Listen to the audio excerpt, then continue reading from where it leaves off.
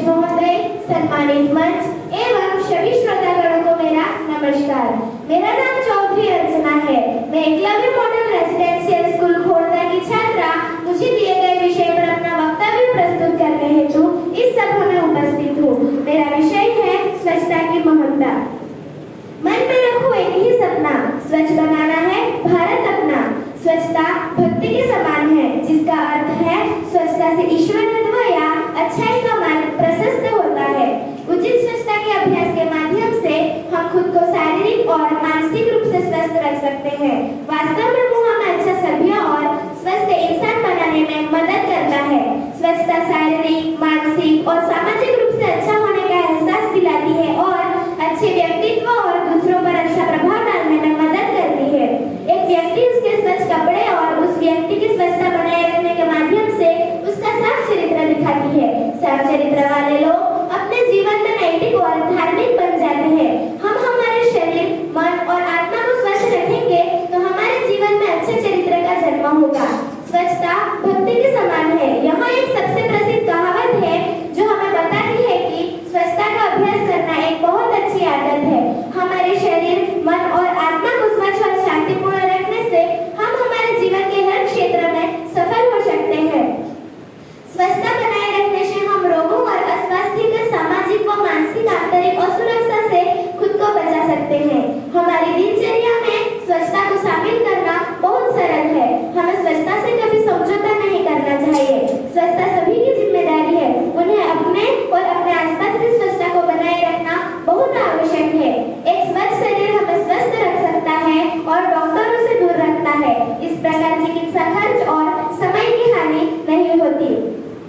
स्वच्छ शरीर हमारे मन में सकारात्मक विचार लाता है। इससे हम खुश रह सकते हैं। हमारे देश में कई महान लोगों और समाज सुधारकों ने शारीरिक, मानसिक और आध्यात्मिक रूप से स्वच्छ रहने के लिए व्यक्ति वचन दिए थे और आसपास के क्षेत्रों को स्वच्छ रखने के लिए कड़ी मेहनत की थी। हमारे देश में स्वच्छ भारत अभियान भी चल रहा है।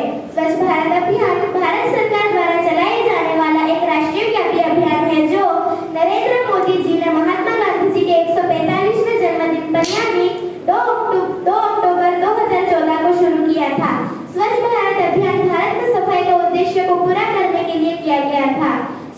महात्मा गांधी जी ने स्वतंत्रता से पहले बताया था कि हमारे देश को स्वच्छ रखना स्वतंत्रता से भी ज्यादा महत्वपूर्ण है। अंत में मैं आपको यही कहना चाहूंगी कि हमारे देश को स्वच्छ रखने के लिए कई महान लोगों ने कड़ी मेहनत की है, इसलिए हमें स्वच्छ रहना चाहिए। धन्यवाद। आज अपने विषय पर वक्तव्य प्रस्तुत करने हेतु इस सभा में उपस्थित हूँ। मेरा विषय है मेरे सपनों का भारत 2047 में। जाति धर्म का भाव नहीं, विकसित अर्थव्यवस्था का आधार होगा। 2047 में सुरक्षित और आत्मनिर्भर भारत का सपना साकार होगा। 2047 में मेरे सपनों का भारत एक ऐसा राष्ट्र है जहाँ हर कोई व्यक्ति अपनी पूरी क्षमता तक पहुँचने के लिए एवं देश की सामूहिक प्रगति में अपना योगदान देने के लिए सक्षम है। यहाँ लोग अपने सपनों को साकार करने के लिए अवसर प्राप्त कर रहे हैं। यहाँ के नागरिक अनेकों भिन्नताओं से लगे हुए हैं, फिर भी सम्मान और समानता से मिलजुल कर भाईचारे से रह रहे हैं। हमारा हिंदुस्तान अपनी महत्वाकांक्षाओं को साकार करने के लिए एक बड़े पैमाने पर कृषि प्रधान अनौपचारिक अर्थव्यवस्था से एक सेवा उन्नत व निर्माण और ज्ञान आधारित केंद्र में बदल चुका है। योग भारतीय सभ्यता की अनुपम उपलब्धि है, जिसका प्रचार आज विश्व के कोने कोने में हो चला है। जैसे कि मैं अपने देश को 24 सालों के बाद देखती हूँ तो प्रदूषण मुक्त इस राष्ट्र में समुद्रों और नदियों में से कचरा निकालने के लिए बड़ी बड़ी मशीनें कार्यरत हो रही है, जो कि विज्ञान की देन है। कचरे और प्लास्टिक को इतनी कुशलतापूर्वक रिसाइकलिंग किया जा रहा है कि जिससे 2047 के भारत में आज के मुकाबले कचरा कहीं नजर नहीं आता। इसका कारण यह भी है कि सभी लोगों को स्वच्छता का महत्व अच्छे से पता है। पहले भारत विश्व का तीसरा बड़ा तेल उपभोक्ता था, जहाँ कोयले और तेल पर निर्भरता थी, जिसे कम करने की आवश्यकता थी। आज उसके स्थान पर बिन परंपरागत स्रोत जैसे कि सौर ऊर्जा, पवन ऊर्जा और प्राकृतिक गैस का अधिक से अधिक उपयोग किया जा रहा है, जिससे पर्यावरण को प्रदूषित किए बिना सभी लोगों तक सुरक्षित और सस्ती ऊर्जा पहुंचाई जा रही है। जो जंगल पहले कई कारणों से नष्ट हो चुके थे, वह फिर से फल फूल चुके थे। हर जगह हरियाली छाई हुई है। लोग कुदरत की कीमत की भांति जानते हैं और इसकी रक्षा करते हैं। इस वजह से भारत ने हरियाली क्रांति में अपना नाम उजागर किया है। भारत आज विश्व का तीसरा बड़ा स्टार्टअप इकोसिस्टम बन चुका है, जिससे युवाओं में उद्यमशीलता और सशक्तिकरण की भावना प्रोत्साहित होती है।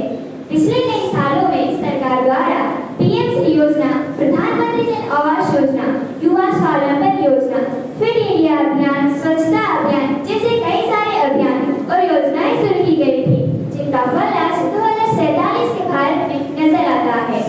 सरकार नई राष्ट्रीय नीतियां लाकर खेल, शिक्षा, कौशल जैसे विकास में कोई कसर नहीं छोड़ रही। शिक्षा के क्षेत्र में आदिवासी बच्चों को उत्तम गुणवत्ता वाली शिक्षा प्राप्त हो, इस हेतु से एकलव्य मॉडल रेसिडेंशियल स्कूल बनवाए गए थे, जिन स्कूलों की संख्या बढ़कर आज और 646 स्कूलें बन चुकी है। 2047 में मैं अपने देश को देश के भीतर एवं देश के बाहर एक शक्तिशाली भारत के रूप में देखती हूँ।